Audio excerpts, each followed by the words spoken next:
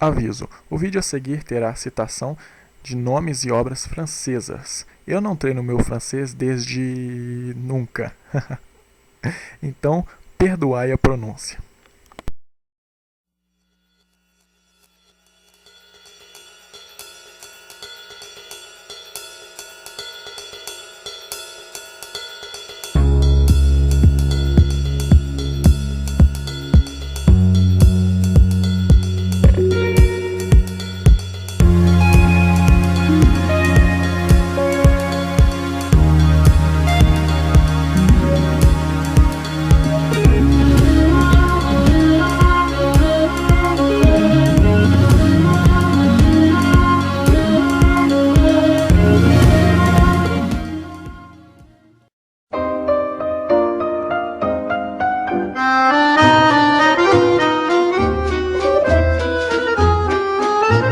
Para se entender o surgimento do movimento dos análises, suas características e influências, é preciso antes compreender o contexto no qual propiciou a Marc Bloch, Lucien Febvre e outros autores a criação em 1929 dos Annales d'histoire économique et sociale. O historicismo, já desde o final do século XIX e início do século XX, passou a sofrer pesadas críticas de diferentes intelectuais que não concordavam com a sua metodologia de análise.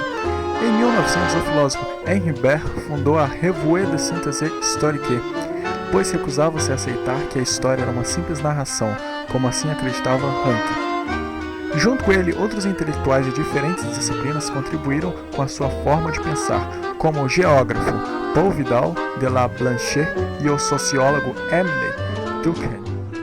Seguindo essa mesma lógica, em 1906 surgiu na França um grupo de historiadores voltado para os estudos econômicos dedicados a pesquisas com temas e metodologias inovadoras, liderada por Paul Manteau. Assim, aos poucos e continuamente iam surgindo novas formas de se pensar a história e a sociedade com características em comum.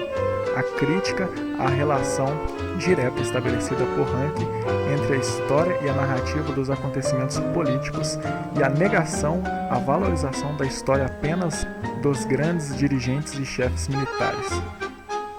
A história puramente política não era mais suficiente para atender às demandas explicativas sobre o mundo. Os análises surgem assim como herdeiros dessa mudança e da Revue de Synthèse Historique, que desde a sua fundação já pregava a valorização da interdisciplinaridade, conclamada a ser utilizada entre as diferentes ciências que tratavam o homem.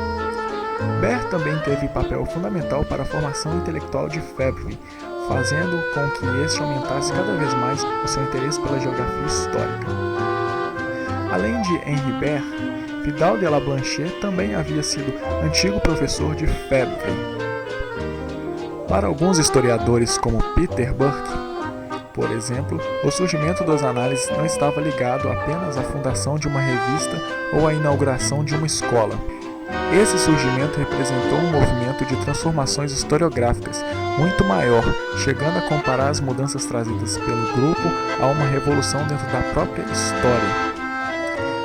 Nada se pode negar, contudo, que a revista e as inovações atribuídas aos seus intelectuais surgiu a partir de um ambiente de muitas transformações acadêmicas. Assim, tanto a geografia, a sociologia e a economia inspiraram um novo modo de pensar a história.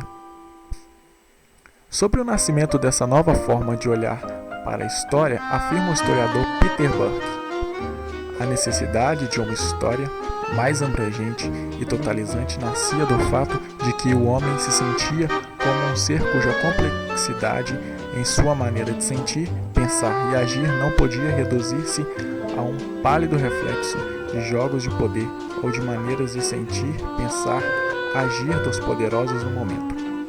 Fazer uma outra história na expressão usada por Febvre era, portanto, menos redescobrir o homem do que, enfim, descobri-lo na plenitude de suas virtualidades, que se inscreviam concretamente em suas realizações históricas. Abre-se, em consequência, o leque de possibilidades do fazer historiográfico, da mesma maneira que se impõe a esse fazer a necessidade de ir buscar junto às outras ciências do homem os conceitos e os instrumentos que permitiram ao historiador ampliar sua visão de homem.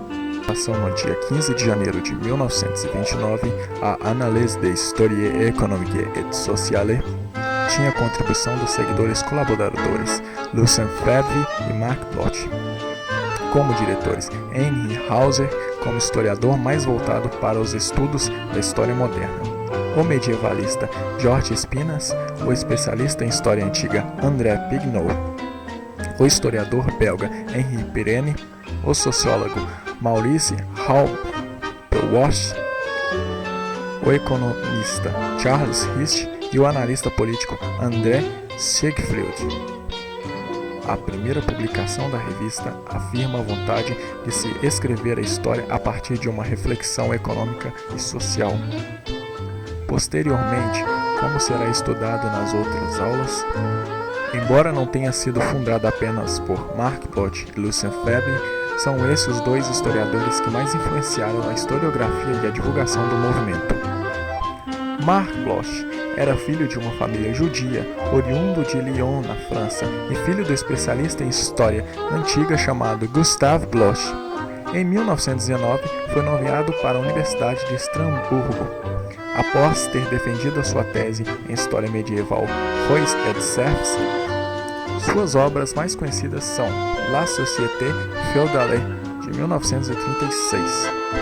Dessas três obras, a mais conhecida ficou sendo Les Rois Taumaturgues, onde Bloch fazia estudo comparativo dos ritos de sagração na França e na Inglaterra e busca compreender como determinadas populações puderam acreditar no poder de cura de escrófulas como reis.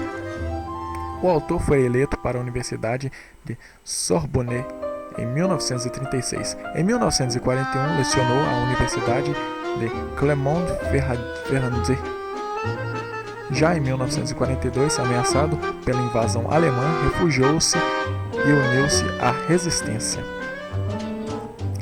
Preso pelos alemães, foi fuzilado em julho de 1944. Seu último livro, Apologia da História, ou O Ofício do Historiador, escrito enquanto esteve preso, ficou inacabado. Contudo, tornou-se leitura fundamental aos historiadores por apresentar as primeiras ideias da escola dos análises.